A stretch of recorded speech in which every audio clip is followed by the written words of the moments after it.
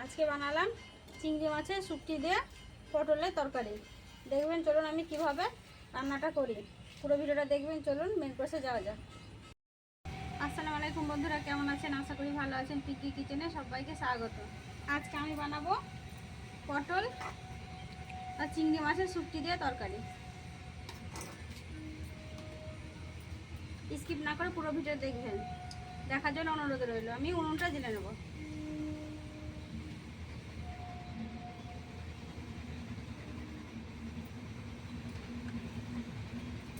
চিংড়ি মাছ দিয়ে পটল তো আমরা অনেকেই খেয়েছি, একবার খেয়ে দেখবেন শুটকি দিয়ে, খেতে দারুণ হবে। কড়াটা বসিয়ে দিলাম।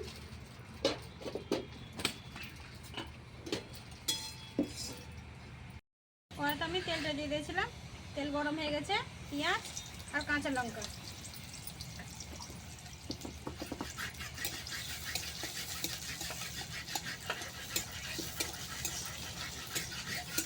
একটু লাল করে ভেজে নেব।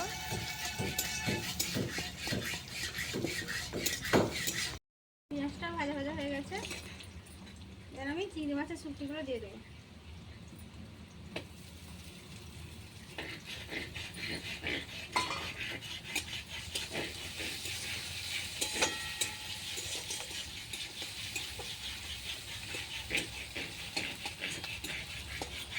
পেঁয়াজ আর চিংড়ি মাছের শুটকিগুলো আমি লাল লাল করে ভেজে নেব।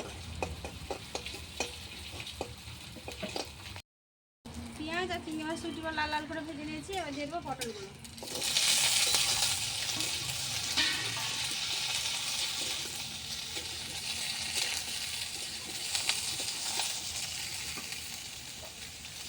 এবার দেবো নুন,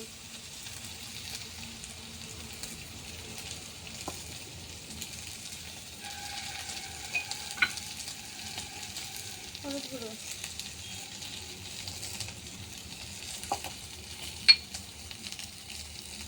লঙ্কা গুঁড়ো,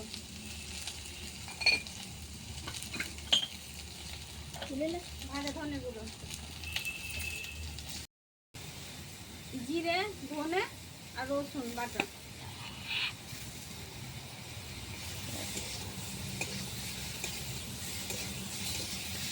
এটা দিয়েও ভাজা ভাজা করে নিলাম। এবার দেবো পানি।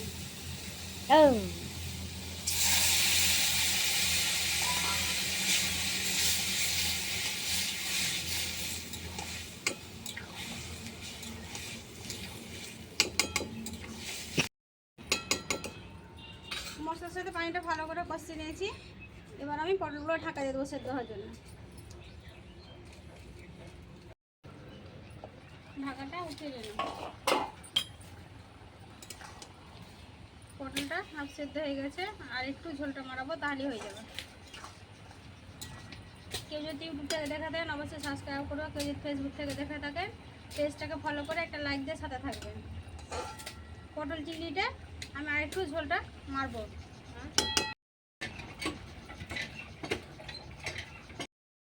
পটলটা আমার হয়ে গেছে, এবার আমি নামিয়ে নেব।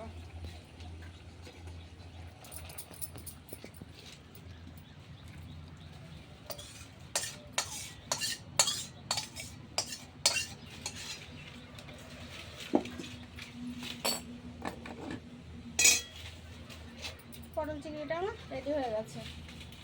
এবার আমি ভাতটা নিয়ে এসে খেয়ে দেখাবো কেমন হয়েছে। নিয়ে চলে এসেছি বন্ধুরা, এবার আমি খেয়ে দেখাবো তরকারিটা।